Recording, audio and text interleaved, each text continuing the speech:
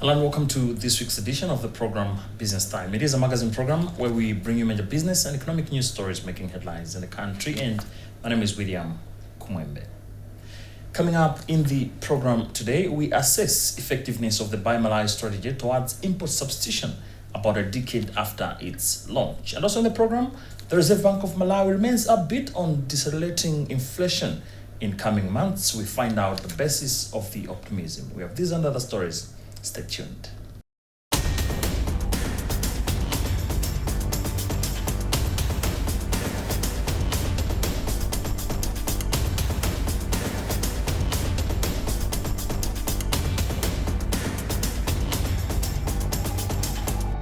Hello and welcome. And in our main story in the program, in March 2016, Malawi launched the Buy Malawi strategy, a government program aimed at promoting consumption of locally produced goods and services. It is part of an initiative by the government to ensure import substitution for the landlocked Malawi, which has been a predominantly consuming and importing nation. However, the aspiration is yet to be met as Malawi remains in a fix characterized by an acute shortage of forex and rising imports bill. In this report, Benedetta Chiwandamia examines effectiveness of the strategy almost a decade after its launch and what needs to be done going forward. Asante does not think twice when she enters retail shops to buy basic needs for the month. Her shopping basket is filled with food items and other necessities like bathing soap, mostly not made in Malawi. Asked why opting for imported commodities, she says they are of high quality, comparatively, and readily available on the market. Most of the products are, I would say, preference. Because, for example, there is the kamba. It's a Malawian product, and frankly, I like this product. Like, I would choose this type of kamba over the other types of kamba. For the others, it's just based on experience. You've tried this and you've tried that, and then you see what it's like. It's not mostly influenced by who makes it, just the preference. For every new product, most times it's, let me try this when you see a new product, and then the next time it's based on experience. Like, I've tried this, I prefer this. Within Gorio areas, in Indirandi Township in Blantyre, a local trader, Mustafa Musa, has his shop well stocked with both locally manufactured and imported products. Musa says the choice of products stocked in his shop is influenced by consumer preferences. I order my products from Limbi. These products are from Malawi, Tanzania, even South Africa. My customers mainly love buying products from Tanzania and Zambia. These products, I get them at a fair price, hence I am able to make profits.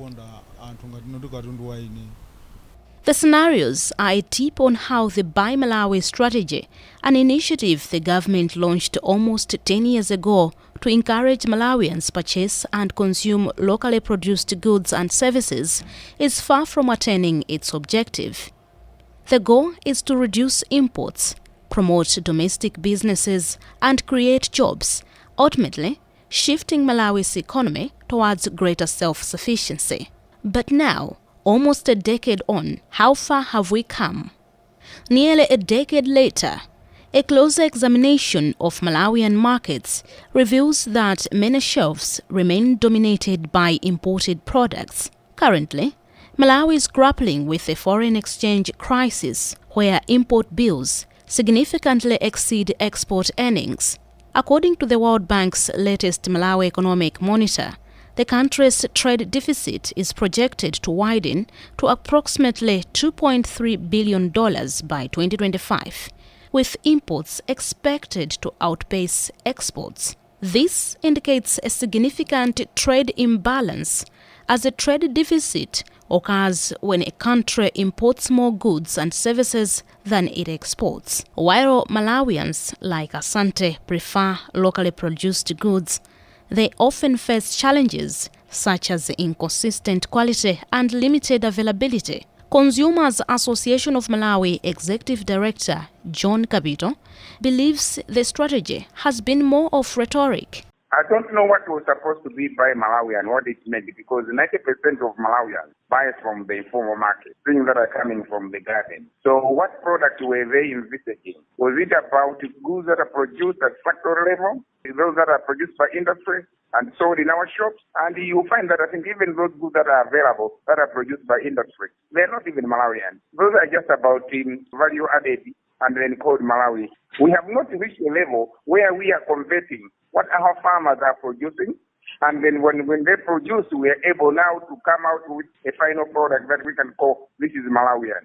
Local producers, through the Manufacturers Association of Malawi chairperson Gloria Zimba, points out that high production costs combined with foreign exchange shortages make it difficult for local industries to scale and compete. When Buy Malawi strategy was introduced in Malawi, as manufacturers we are very excited because we are lacking a vehicle through which we can push locally produced products, especially in terms of shelf space in the supermarkets and most of the big chain stores. What we found normally was that in the big chain stores and most of the supermarkets, a lot of shelf space was being given to products that were coming from outside Malawi, the imported products. The biggest challenge that we've noted as manufacturers is that in Malawi, when you look at the full value chain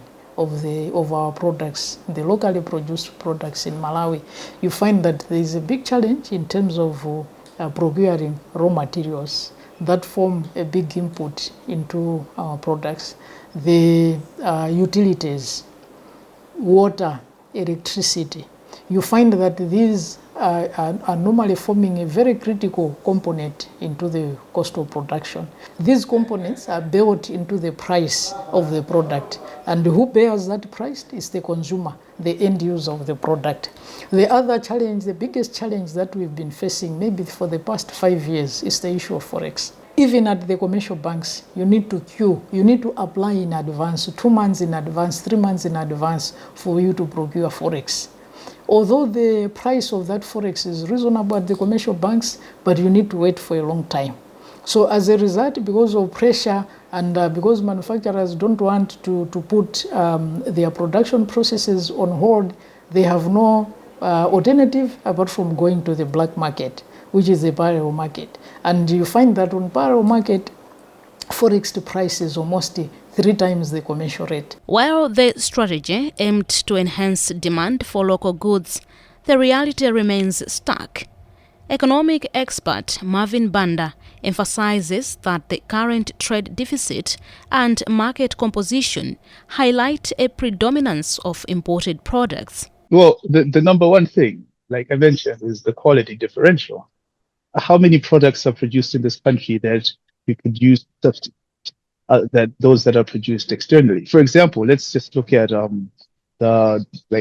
crisps. You have your locally produced crisps and you have the Lay's that's produced in South Africa. When you look at the quality assurance that you're going to get from the Lay's, it's one of greater quality than the one that's produced locally. You look at advertisement capacity as well. It also has an impact on these products that are produced outside versus those that are produced locally. Almost 10 years of the Buy Malawi strategy, which was first implemented in 2016. Now, the objective of the Buy Malawi strategy, among others, was mainly to promote the consumption of locally produced products in Malawi. But looking at where I'm standing, this is just one of the many shops that we have in Malawi, and the situation is the same. For example, from where I'm standing, if you look at this product, this is made in South Africa, and here we have products made in Kenya, and the same goes.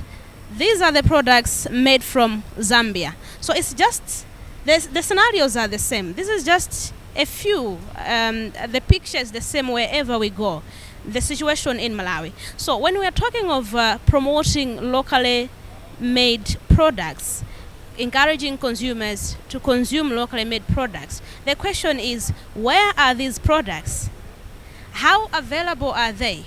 Malawi Confederation of Chambers of Commerce and Industry President Wisely Piri attributes the underperformance of the Buy Malawi strategy to Malawians' insatiable appetite for imports and harsh operating environment for production. I don't think we've reached where we wanted. If I have to rank, we're still where we below. Mostly have been to do with the mindset as well as how the economy has performed. So when you're talking about business, say the Buy Malawi strategy, you're looking at it in two folds. You're looking at the producers, the manufacturers in Malawi being able to produce things that can be used in Malawi. Then again, you're looking at the consumers being able to buy whatever we're producing in Malawi. So when you look at the producers, the manufacturers, the macroeconomic indicators, the factors haven't been okay. Then you've got the other side, which we've seen is much to do with how government buys. So most of the countries, government is the biggest buyer. And in Malawi, most of the things that government has been buying, you will see most of them that have been bought from outside the country.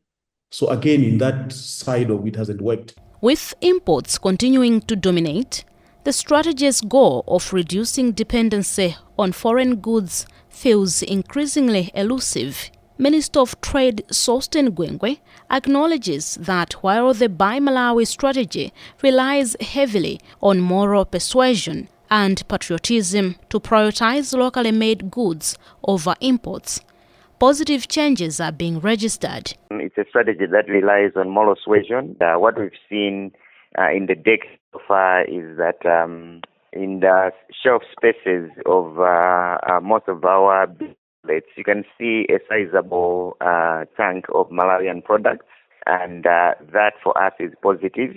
And the products that are being made locally here in Malawi, most of them are also of good quality. The packaging has really improved a lot, but there is still a lot more to be done, because you still see us importing stuff from the region and beyond, which we know we can do on our own. So we still need to push the drive of value addition and do more in terms of capacity, so that coupled with the Control of Goods Act, where we're able to now restrict imports of some stuff. While the strategy has undoubtedly led to some improvements, the path ahead remains challenging. The government's vision of a self-sufficient economy will require not just consumer patriotism, but systematic changes addressing production costs, market access, and industrial growth. Reflecting on the past decade, it is clear that the Buy Malawi strategy is but one piece of the puzzle in reshaping the country's economic landscape. For meaningful change to occur, a concerted effort from consumers, businesses, and the government is required. 10 years of the Buy Malawi strategy, deliberate efforts in trying to promote consumption of locally produced products, looking for where we are coming from. Yes, there is some progress made, but a lot still needs to be done for Malawi to achieve the set goals in ensuring that Malawian products are of high quality, competitive, are able to compete on the market, and also to ensure there's an improvement in the uptake of locally produced products among Malawians. A lot still needs to be done, and the journey is long ahead.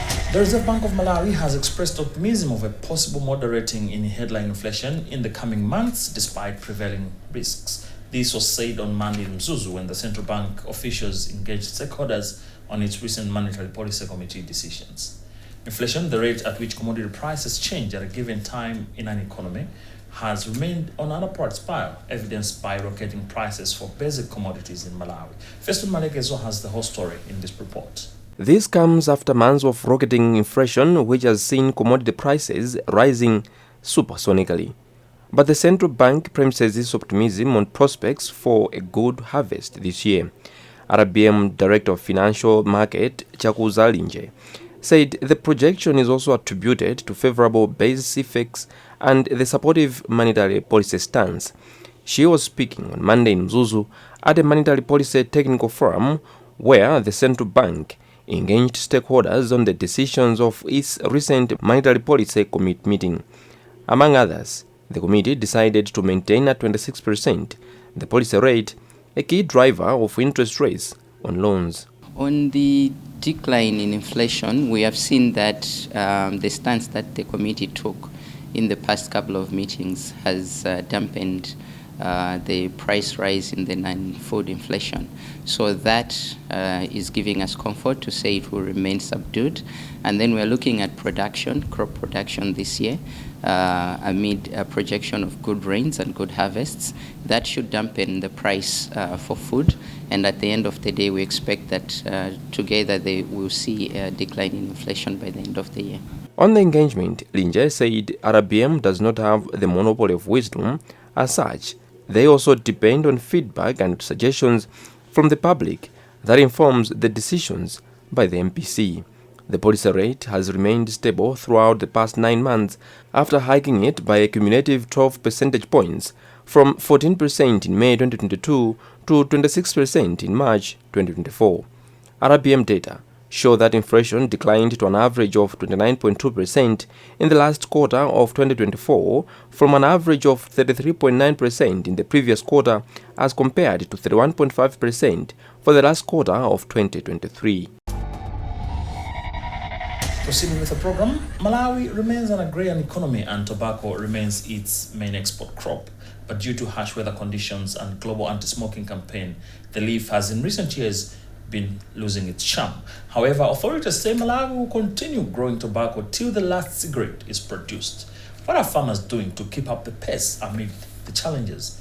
Pempelo Malimba interacted with some farmers in the central region of Malawi and has since filed this report. For a couple of years now, Malawi's agrarian economy has been subjected to harsh weather conditions. From a year of heavy downpours to another of drought, crop production has largely been affected. Farmers are the main victims, but 49-year-old Luca Alon has dodged the pangs. Late last year, at the peak of the dry spell in central Malawi, Alon manually irrigated his 5 hectares of farmland, fetching water 2 kilometers away.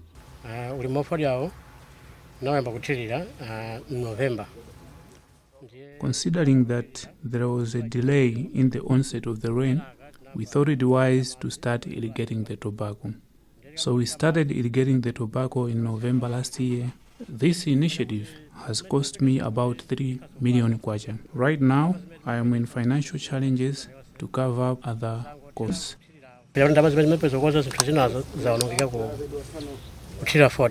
He's upbeat. He projects to yield not less than 80 bales of tobacco. The leaf is not touted as green gold for nothing. It remains Malawi's main export crop. We visited some tobacco farms and the crop looks largely promising, except some pockets of areas which have been affected by the dry spell that hit some parts of the country at the onset of this year's rain season. But the government is upbeat. Benedicto Jambo is Deputy Minister of Agriculture. And I'm urging farmers to work hard, and we should also go for irrigation as the farm we saw indoor. He started planting the tobacco using irrigated waters. This is a good and timing time. The time you see the lens dried, but he still had the crop. You see the difference between the crop of irrigated one and these crops that other farmers have used with the rains. So it means if we go deep into irrigation, we can plant 3 times and we can have a lot of yields in the country. Recently, tobacco industry regulator, the Tobacco Commission, projected that Malawi will produce 160 million kilograms of tobacco this year. The estimate had been revised to just between 140 million and 150 million kilograms due to the dry spell. TC Acting Chief Executive Officer Evans Chilumba feels output would remain above last year's. As the Commission anticipated to actually produce 160 million kgs, but with the drought, we expect there is going to be a reduced production to maybe around 140 to 150 million kgs this year. But you can see that this is even higher than what we produced last year, which was 133 million kgs. Basically because there is an increased hectarage by the growers, and also there are new entrants into the farming of tobacco this year. As it appears a foregone conclusion, mechanized production and irrigation would save Malawi leaf from the effects of harsh weather conditions. Now, in other business news, the Technical, Entrepreneurial and Vocational Education and Training Authority, TVETA, remains instrumental in equipping young people with practical skills to bridge the skills gap and foster self-reliance. Through TVET, the government has implemented various initiatives to enhance the accessibility and appeal of vocational training for the youth. In this report, we highlight the initiatives TVETA is implementing in regulating and ensuring that there is practical delivery of courses that can contribute to economic growth. One of TVETA's major focus areas is equipping vocational institutions with modern training tools, as industries now require workers who are familiar with new technologies. On Friday, TVETA led the Parliamentary Committee on Education on a visit to DAP Mikolongwe Vocational Institute in Chiradzulu and Sochi Technical College in Blantyre to assess the state of vocational education and encourage institutions to align their training programs with industry needs. TVETA Board Chairperson Pyoka Tembo reaffirmed the authority's commitment to supporting vocational institutions and skilled artisans across the country, emphasizing that technical education is the key driver of economic growth. It was very important because, as you are aware, the committee has got a constitutional mandate to ensure that what we are doing and how the senior colleges are running, they are up to date, they know what is happening. Because they are like the eyes for us in the parliament. Parliamentary committee has suggested that I think we need to sit down the Minister of Labour, TVETA and the technical colleges to discuss and to see the way forward. Because as you are saying, yeah, we are surprised that the equipment is still not being used. Vice Chairperson of the Parliamentary Committee on Education, Ephraim Nayeja, encouraged vocational institutions to leverage the advanced equipment at their disposal to enhance the competency of their graduates. Nayeja said the committee commended both institutions for their efforts in providing quality training. However, the chairperson urged them to continuously review their curriculum to keep up with industry trends. You know, as part of our roles, representation and also oversight, or through TVETA, we thought of coming here, visiting these two institutions to see what they are doing, what programs they are offering, the challenges and also the successes achieved so far. I'm not impressed, especially what I've seen here at Sochi Technical College. They are supposed to offer technical courses to our students, those who could not make it to universities, school leavers. So they are going through these technical courses through TVETA. What we have seen, which is a cause for concern, is that they have good equipment, like the printing equipment that is just staying idle for 5 years. It's not working, just because they just need a compressor. And also we have also seen a donated equipment that has been lying idle for 5 years because teachers haven't been trained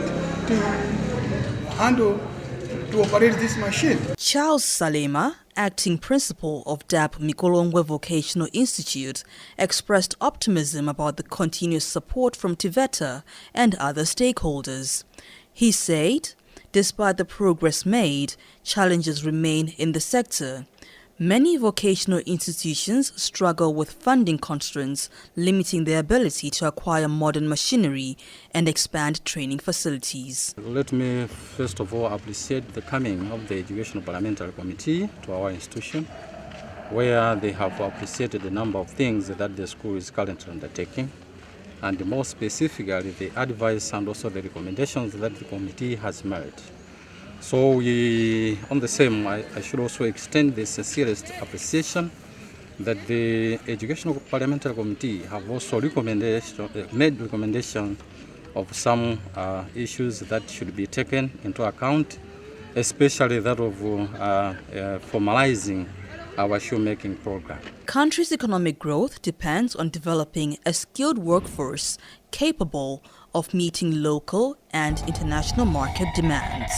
Well, with that story, we've also come to the end of today's edition of the program Business Time, a magazine program in which we bring you major business and economic news stories making headlines in the country. On behalf of the entire production team, my name is William Kumwembe.